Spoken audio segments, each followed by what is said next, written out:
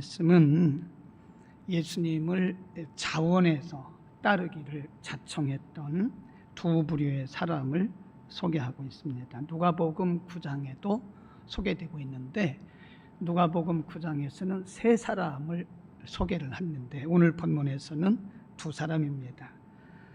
실질적인 제자들, 사도들은 예수님께서 직접 부르신 사람들이고요. 오늘 본문에 나오는 두 사람은 예수님이 직접 부르신 것은 아닌 것 같고 본인들이 많은 사람들이, 많은 무리들이 예수님을 옹의하는 것을 보고 자청해서 우리가 당신의 제자가 되겠다, 당신을 따르겠다고 자원했던 사람들에게 예수님께서 예수님의 제자가 되기 위해서는 제자의 자세가 어떠해야 되느냐, 거기 보면 제일 먼저 서기관이 등장을 해요. 19절에 보면 한 서기관이 나와 예수께 말씀하되 선생님 어디로 가시든지 저는 조출이다. 우리말 번역에는 서기관이라고 된 다른 번역을 보니까요 율법사라고 돼 있더라고요. 율법사든 서기관든 사실은 이분들은 유대교에 속한 굉장히 열성파 유대인들이거든요. 이분들이 예수님을 따른다는 것은 예수님을 따르기로 마음 먹었다는 그 자체가 대단한 겁니다. 근데 예수님이 그들에게 이렇게 말씀을 하세요. 20절에 예수께서 이르시되 여우도 굴이 있고 공중의 새도 거처가 있으되 오직 인자는 머리 둘 곳이 없다. 그러니까 예수님을 따르는 삶이라는 것은 매우 어렵다, 헌신적이다. 아마도 이 서기관이 예수님을 따르겠다고 자원했던 것은 주변에 옹의했던 그 수많은 무리들을 보고 어쩌면 그런 마음을 가졌을지도 모르겠죠. 예수님은 그 사람에게 말씀하기를 나를 따라온다고 하는 것은 좋은데, 내 제자가 되겠다고 결단한 것은 좋은데 나를 따르는 것은 쉽지가 않다, 이렇게 말씀하셨고, 그 다음에 두 번째 사람은 이렇게 말합니다. 제자 중에 또 하나가 그러되 주여 나로 먼저 가서 내 부친을 장사하게 허락하소서. 예수께서 가라사대 죽은 자들로 저희 죽은 자를 장사하게 하고 너는 나를 좇으라. 오늘 우리가 상고하려고 하는 부분이 이 부분입니다. 두 번째 사람은 예수님을 따르기로 작정을 했고 또 예수님께 부름을 받았을 때 그게 걸림돌이 하나 있었는데 자기 부친입니다. 주석가들에 따라서는 그때 당시 이 사람의 아버지가 살아 계셨을 것이다. 그래서 돌아가시고 나면 장례를 치르고 와서 예수님을 따르겠다, 이렇게 해석을 하는 분들도 있고요. 그건 아니고 아직 그 아버지가 살아있긴 한데 돌아가실 때까지 기다렸다가 아버지가 돌아가시고 나면 다 정리하고 나서, 깨끗하게 정리하고 나서 내가 예수를 따르겠다, 이렇게 해석하는 분들도 있습니다. 어쨌든 그 사람에게 예수님이 하신 말씀은 죽은 사람은 죽은 사람들이 장사하게 해라, 그리고 너는 나를 따르라. 이 굉장히 중요한 말씀이죠. 제자의 삶을 가르치면서 죽은 자는 죽은 자들이 장사하게 하고 너는 나를 따르라, 이 말씀 속에 굉장히 중요한 메시지가 들어있다고 보는데요. 그 중에 하나가 예수님을 따르기로 마음을 먹었으면 지체하지 말라는 거죠. 여러분, 우리 가운데도 그런 마음이 들을 때가 많이 있습니다. 성령이 주신 마음이죠. 성령께서 우리에게 거룩한 마음을 주실 때가 있어요. 선한 마음을 주실 때가 있어요. 하나님을 기쁘시게 할 수 있는 그런 마음을 우리에게 주십니다. 골로새서 1장에 보면 우리 안에 역사하시는 이는 성령이라 그랬습니다. 우리 안은 어느 날 문득 거룩한 마음, 하나님을 영화롭게 할 거룩한 마음이 들었다면 그것은 내 생각이 아닐 겁니다. 영광을 받으실 성령께서 우리에게 그런 생각을, 그런 마음을 넣어주신 거예요. 그런 마음이 우리에게 왔을 때 우리는 지체해서는 안 된다는 거죠. 그런 마음이 항상 오는 것은 아닙니다. 결단하라는 거죠. 결단. 죽은 자들은 죽은 자들이, 죽은 자는 죽은 자가 장사하게 해라. 그리고 너는 나를 따르라. 나를 따르기로 마음 먹었으면, 내가 너를 불렀으면 너는 나를 따라와라. 지체하지 마라. 결단. 신앙에서 이기고 지는 것은 결단인 것 같습니다. 결단. 성공적인 신앙생활을 하는 분들은 탁월한 결단력이 있더라고요. 할 것과 안 할 것, 버릴 것과 취할 것을 분명하게 할 때 우리는 앞으로 나갈 수가 있다. 그 다음에 너는 나를 좇으라 라고 하는 이 말씀 속에는 기회를 놓치지 마라, 막 그런 의미가 있는 것 같아요. 기회가 항상 오는 것은 아니거든요. 에베소서에 보면 성령을 따르는 사람들의 삶을 말씀하면서 이런 말씀을 해요. 때를 아껴라. 세월을 아껴라. 세월을 아껴라. 때가 악하다. 근데 그 원문에 보면요, 그게 기회를 사라. 가장 중요한 기회를 사라. 그렇게 돼 있더라고요. 우리가 하나님을 따르고 하나님의 말씀대로 살고 하나님을 기쁘시게 하는 일을 하는 것은 우리에게 주어진 특권이라고 생각합니다. 아멘. 하나님은 누구든지 다 쓰실 수 있다 그랬잖아요. 우리가 탁월해서 쓰시는 건 아닙니다. 우리가 남들보다 뛰어나서 쓰시는 것도 아니에요. 그분의 필요입니다. 하나님이 필요하시면 이런 돌도 다 쓰세요. 누구든 다 쓰실 수 있어요. 그러니까 우리가 하나님 앞에 쓰임 받는다는 것, 하나님이 핀센트를 뽑듯이 우리를 뽑아서 우리를 쓰신다는 것은 특권입니다. 아멘. 하나님이 우리를 쓰신 것은 특권입니다. 그건 기회예요. 기회. 복음을 위해서 살 수 있는 기회, 하나님의 영광을 위해 살 수 있는 기회, 하나님 나라를 위해 살 수 있는 기회입니다. 근데 우리가 죽은 자는 죽은 자로 장사하게 하라고 말씀하셨는데, 우리가 자꾸 머뭇머뭇하다가는요 기회를 놓칩니다. 하나님이 우리에게 기회 주실 때 우리는 그 기회를 잘 잡아서, 우리가 이 땅에서 수백 년 사는 게 아니잖아요. 그리고 우리가 2번 사는 게 아니잖아요. 인생에는 지우개가 없다고 그러더라고요. 한 번 써가면 우리가 잘못 쓰는 것은 지우면 되거든요. 근데 우리 인생은 이 지우개가 없다고요. 한 번 우리의 인생이 지나가면 그대로 남아있는 거거든요. 우리는 우리에게 주어진 기회, 하나님이 우리에게 기회를 주셨을 때 하나님을 위해서 살 수 있는 기회를 하나님 우리에게 주셨다면, 복음을 위해서 살 수 있는 기회를 주셨다면 우리는 우리의 목숨까지도 바쳐서 영광으로 생각하고 우리 결단할 수 있기를 축원합니다. 그 다음에 너는 나를 좇으라.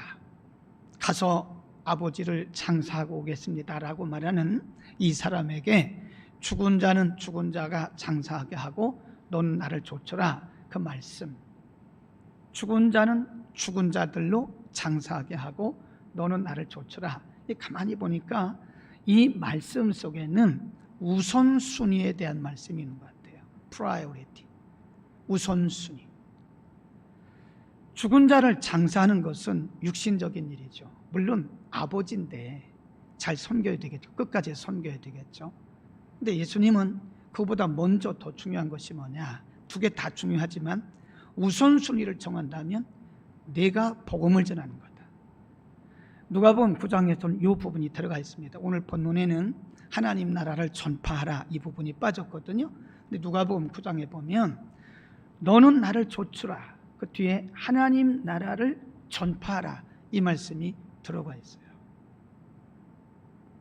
우리는 눈을 뜨고 나면 매일매일 우선순위의 선택입니다. 무엇을 먼저 할 것인가? 사람을 먼저 만날 것인가? 하나님을 먼저 만날 것인가? 기도를 먼저 할 것인가? 내가 일을 먼저 할 것인가? 우리의 결정이죠. 우리의 선택이죠. 신앙의 성숙도를 뭘 보고 알 수 있는가? 우선순위를 보면 압니다. 우리에게 물질이 생겼어요. 물질의 주인은 하나님이시죠. 근데 물질을 사용하는 것을 보면 이분이 하나님 중심적인 삶을 사는 것인가, 아니면 자기 중심인가? 아니면 세상 중심인가를 알 수 있어요. 그 중심을 어디에 두느냐? 그 중심이 가치관이잖아요. 우선순위. 물질이 생겼을 때 하나님께 먼저 드리는 자는 틀림없이 하나님 중심적인 사람입니다. 이런다잖아요. 남편이 월급을 받아왔어요. 그러면 아내들이 이제 11조를 준비를 하잖아요.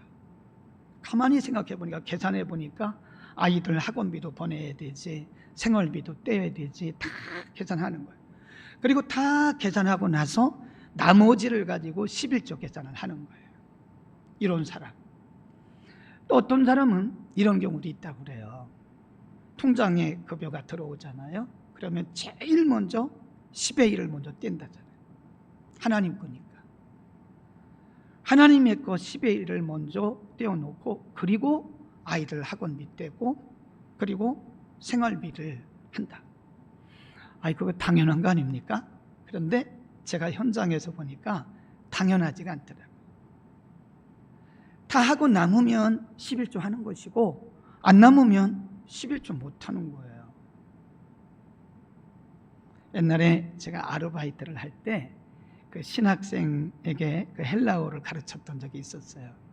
남편이 뭘 했냐면 군나법을, 군나법. 그러니까 이 군부대 그 군화 같은 거를 이렇게, 남편이 장로님인데 뭐 한다 그러죠? 그 보급하는 그런 사업을 하는 분인데 돈을 굉장히 많이 벌어요. 저는 그때 그 집에 가서 수표를 처음 봤습니다. 1980년대 초반이죠. 근데 안방에 들어갔는데 그 부인이 그때 당시 신학생이었어요. 계산기를 가지고 막 계산하고 있더라고요. 저보고, 전도사님 이거 꼭 해야 돼요. 이거 11조 이래도 해야 돼요. 근데 계산기를 가지고 계산했는데 그때 당시 11조가요 수천만 원입니다. 수천만 원. 이거를 꼭 해야 되냐 이렇게 물어보더라고요. 저는 당연히 꼭 하라고 말하죠. 그러나 그것은 당신의 신앙 결단입니다. 하나님이 원하시는 것은 11조의 액수가 아닙니다. 과연 그 중심을 어디에 두었느냐를 하나님 지금 보고 계신다는 거예요. 주일 예배를 드리는데 우리는 보통 11시 예배 드리잖아요. 11시. 11시 전에 갑자기 일이 생겼어요. 갑자기 사업장 만나자는 전화가 왔어요. 그러면 자기하고 타협을 합니다. 뭐 예배는 맨날 드리는 건데, 매주일 드리는 건데, 뭐 오늘 한 번 빠졌다고 그래서 내가 지옥 가는 건 아니겠지? 타협을 하는 거예요. 그리고 사업 미팅을 가는 겁니다. 우선순위의 문제예요. 하나님이 원하시는 것은 우리의 중심입니다. 우리의 성실성, 우리의 우선순위를 어디에 두고 사느냐 하는 그걸 보시는 거예요. 많고 적은 것은 그게 큰 문제가 아닙니다. 사람이 볼 때 많고 적은 거지 잘하고 못하는 것도 그 중요한 게 아닌 것 같아요. 제가 보니까 잘해도 거기고 못해도 거기입니다. 사람은 플러스 마이너스 5% 안에 다 들어있어요. 아무리 잘해도 5% 이내고요, 못해도 5% 이내예요. 근데 하나님이 원하시는 것은 잘하고 못하고가 아니라니까요. 중심이 어디에 있느냐, 중심이. 예레미야서나 이사야서를 보면요, 하나님이 탄식을 하십니다. 탄식을. 왜 탄식하신지 아세요? 유다 백성들이, 남한국 유다 백성들이요, 할 거 다 해요. 안식일 지킵니다. 월삭 지킵니다. 유월절 지킵니다. 맥추절 지킵니다. 수장절 지킵니다. 절기 다 지킵니다. 그런데 하나님이 원하시는 중심은 없어요. 하나님이 원하시는 중심이 빠졌어요. 하나님 뭐라고 말씀하시냐면, 이들이 마음이 내게서 멀리 떠났다. 형식만 남은 거죠. 그건 종교입니다. 그건 의식입니다. 우리의 우선순위, 이 first priority라고 그러는데, 우리의 우선순위가 어디에 있느냐. 그래서 마태복음 6장에도 보면 너희는 먼저 이런 말씀을 예수님께서 말씀하기를 무엇을 먹을까 무엇을 마실까 무엇을 입을까 걱정하지 마라. 들의 풀을 봐라. 공중에 나는 새를 봐라. 저들이 언제 길쌈했냐? 그렇지 않아도 하나님이 다 먹이시는데 그럼 무엇을 먹을까 무엇을 마실까 그건 이방인들이 구하는 거다. 그리고 말씀하시기를 너희는 먼저 그 구하는 것 말씀하다가 먼저란 말씀을 쓰신 거예요. 우선순위를 말씀하신 거예요. 너희는 먼저 그의 나라와 그의 의를 구하라. 그리하면 너희가 구하지 않는 것도 내가 더해 주시리라. 그게 보너스 축복이라는 겁니다. 여러분 우리가요 굳이 뭘 먹을까 뭘 마실까 무엇을 입을까 막 그렇게 구하지 않아도요 우리의 우선순위가 바로 되고 하나님이 기뻐하신 일을 하면 하나님 알아서 주십니다. 아멘. 저는 그렇게 믿습니다. 조금 우리의 차원을 높이자고요. 우리의 신앙의 차원을 높여서 우리의 우선순위가 항상 하나님 중심, 다른 것은 못해도 내가 하나님 중심, 하나님이 먼저인, 말씀이 먼저인 그런 삶을 삽시다.